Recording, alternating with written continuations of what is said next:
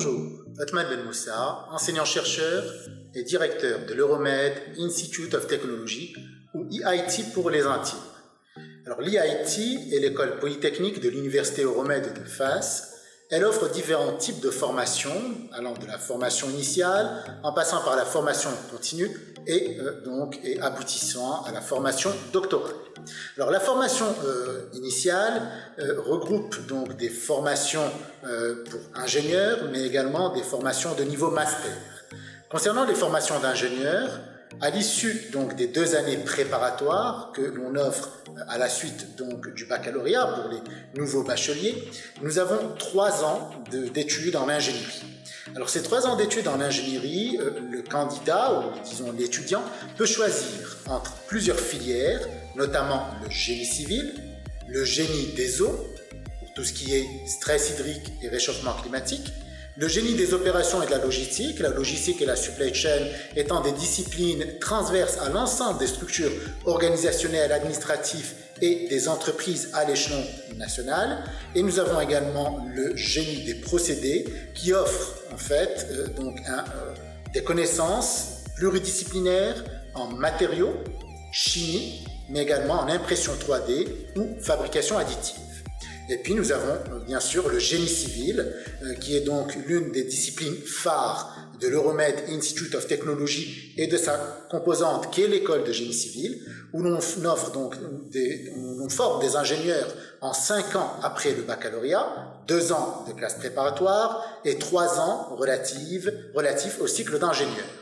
Alors, ce cycle d'ingénieur se décompose en 2 ans de tronc commun et une 3e année qui est une année de spécialisation où l'on propose à nos étudiants 3 sous-filières.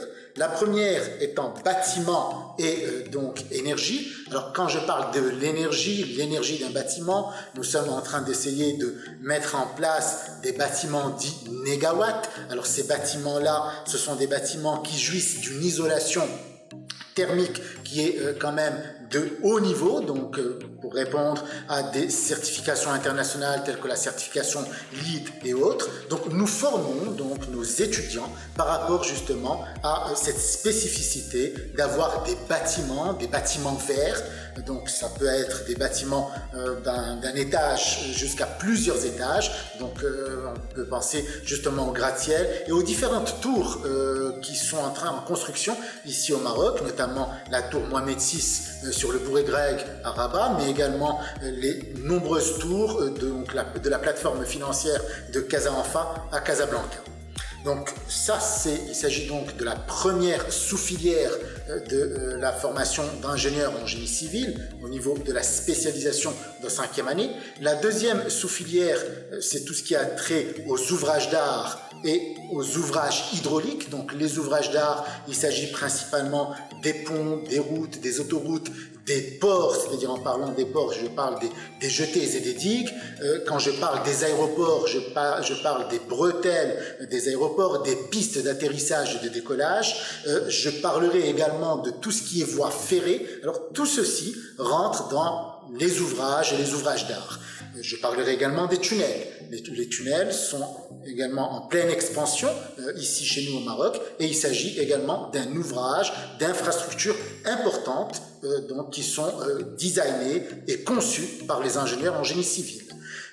Quand on parle d'hydraulique, là, il s'agit des aqueducs, il s'agit des voiries et réseaux divers, mais également des barrages. Et le Maroc est champion en matière justement de barrages. Et nous avons donc en préparation un programme de plusieurs années de construction de nouveaux barrages. Et les ingénieurs civils ont justement une place de choix dans la conception, le dimensionnement et la construction donc des barrages.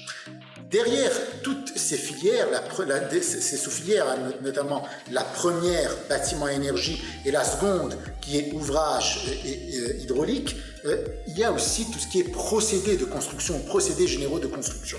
Alors, l'Euromed Institute of Technology innove comme nous sommes spécialistes au niveau de l'impression 3D sur la céramique, sur le plastique et sur donc le métal, nous avons introduit aussi l'impression 3D béton. Et il s'agit là d'une nouvelle façon de construire nos bâtiments, nos maisons et donc nos ouvrages de manière générale. Et nous sommes en train de mener des activités de recherche pour essayer un petit peu de mieux saisir donc ce qu'est l'impression 3D béton et être en mesure d'utiliser cette nouvelle méthodologie de construction. La troisième sous-option a trait en réalité au système de transport intelligent et à la mobilité. Il s'agit là de former en fait des gestionnaires de trafic à même de mitiger par exemple la congestion dans les centres-villes, à même de fluidifier le trafic dans les villes et entre les villes. Donc on utilise pour ceci des modèles mathématiques, des modèles économétriques et de la simulation numérique sur ordinateur qui nous permet justement de proposer des solutions innovantes en matière de fluidification des transports. Donc voici un petit peu les différentes options de la formation initiale, ou les différentes filières de la formation initiale offertes par l'Euromed Institute of Technology. Je parlerai très brièvement de la mobilité.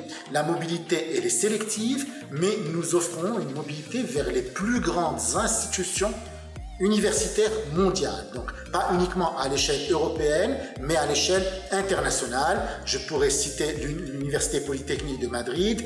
Nous avons aussi quelques étudiants qui partent en mobilité pour des stages d'été, pour des PFE à l'École Polytechnique Fédérale de Lausanne et d'autres institutions de rang mondial. Concernant les débouchés professionnels, alors la logistique et la supply chain, comme je vous l'ai dit, est une discipline qui est transverse, donc on peut travailler dans le secteur des services comme dans le secteur primaire et secondaire. Si je prends le cas en fait plus particulier du génie civil, alors pour le génie civil, on peut s'installer à son propre compte, donc ouvrir son propre bureau d'études, mais si l'on souhaite être salarié, nous pouvons travailler dans les administrations publiques marocaines. Je peux citer donc les ministères, en l'occurrence le ministère de l'équipement, des transports et de la logistique, mais également le ministère de l'Intérieur, les offices, on peut parler de l'Office national des aéroports, l'Office national de l'eau et de l'électricité, l'Office national des chemins de fer, l'OCP, l'Office chérifien des phosphates, et plusieurs autres. Nous pouvons également parler des agences régionales d'exécution de projets que l'on retrouve au niveau des différentes régions du Maroc. Mais nous pouvons également parler des promoteurs immobiliers. Alors on peut citer certains qui ont pignon sur rue. Nous avons Alliance, Palmeraie, Ad-Doha et plusieurs autres. Mais nous avons également, donc vous pouvez travailler dans les laboratoires d'essais et par exemple le laboratoire public d'essais et d'études, le LP2E, mais également dans les entreprises de construction. On peut citer par exemple la SGTM, Somagec, TGCC, Archirodon, qui est une multinationale gréco-hollandaise. Nous pouvons également parler ou citer d'autres entreprises, d'autres bureaux d'études, à l'instar de CID, de GESA. Nous pouvons également, l'ingénieur en génie civil peut travailler dans le secteur bancaire, dans les banques. Alors, les banques ont tous un pôle immobilier. Elles ont également donc des directions en charge de leur patrimoine. Et là, l'ingénieur en génie civil a toute sa place aux côtés des financiers qui travaillent au sein des banques. Donc, c'est juste pour expliquer qu'en réalité, les débouchés professionnels de l'ingénieur en génie civil sont multiples. Et il s'agit d'une profession, d'un métier en forte demande. Voilà un petit peu pour la formation initiale. Pour passer très rapidement sur les masters, nous offrons plusieurs masters, en l'occurrence le master en matériaux fonctionnels et fabrication additive pour l'impression 3D, le master en génie environnemental et gestion de l'eau, le master en conception et ingénierie des bâtiments verts, le master en transport et mobilité durable qui est essentiellement un master en logistique et également le master en accompagnement entrepreneurial et management technologique. Il s'agit donc de master accessible au moins à partir d'un diplôme de niveau Bac+3, c'est-à-dire d'une licence. Puis nous avons également la formation continue, où là on forme des cadres en activité, ingénieurs et autres, par exemple sur le BIM, le Building Information Modeling, mais également sur la logistique, la supply chain, via des executive masters en la matière. Nous avons également la formation doctorale, où là on se concentre sur plusieurs axes de recherche, à savoir les énergies renouvelables, mais également le génie civil à travers la géotechnique, la mécanique des sols, la mécanique des roches, les structures, le béton et les matériaux cimentaires. Donc voilà, c'est toute une panoplie à travers aussi tout ce qui est construction hydraulique. Donc j'ai cité tout à l'heure les barrages, mais nous n'avons pas que les barrages en matière de construction hydraulique. Nous travaillons également sur la fabrication additive comme axe de recherche important au niveau donc de l'Euromed Institute of Technology, sans oublier bien sûr tout ce qui est transport et modélisation économétrique et mathématique des transports.